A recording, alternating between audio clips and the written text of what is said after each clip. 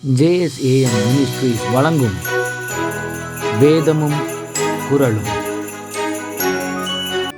இன்றைய வேதவசனம்: இதோ பிள்ளைகள் கர்த்தரால் வரும் சுதந்தரம், கற்பத்தின் கனி அவரால் கிடைக்கும் பலன். குறள் இப்படியாய்ச் சொல்லுகிறது: குழல் இனிது யாழ் இனிது என்பதம் மக்கள், மழலை சொல் கேளாதவர்.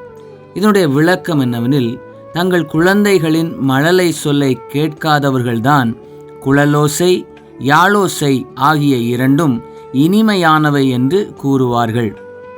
இயேசு தெய்வம் இப்படியாய் சொன்னார்: சிறு பிள்ளைகள் என்னிடத்தில் வருகிறதற்கு இடம் கொடுங்கள், அவர்களை தடை பண்ணாதிருங்கள். தேவனுடைய ராஜ்யம் அப்படிப்பட்டவர்களுடையது. பின்னும் இயேசு தெய்வம் குழந்தைகளை அணைத்து கொண்டு அவர்கள் மேல் கைகளை வைத்து அவர்களை ஆசீர்வதித்தார். சிந்தனைக்கு: இயேசு தெய்வம் இப்படியாய் சொன்னார்: எவனாகிலும் சிறு பிள்ளையைப் போல் தேவனுடைய ராஜ்யத்தை ஏற்றுக்கொள்ளாவிட்டால் அவன் அதில் பிரவேசிப்பதில்லை என்று மெய்யாகவே உங்களுக்கு சொல்லுகிறேன். ஜெபிப்போம். அன்பின் பரலோக பிதாவே, இந்த நாளுக்காக உமக்கு நன்றி.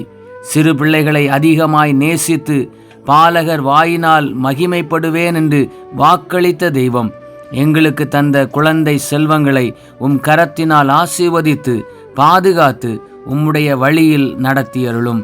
இன்னுமாய் எங்கள் பிள்ளைகள் தேசத்திற்கு நன்மையை கொண்டு வருகிற சந்ததிகளாய் வளர்ந்து பெருகவும் உம்முடைய நாமத்தை மகிமைப்படுத்தி சாட்சியாய் ஜீவிக்கவும் கர்த்தர் கிருபை செய்யும்.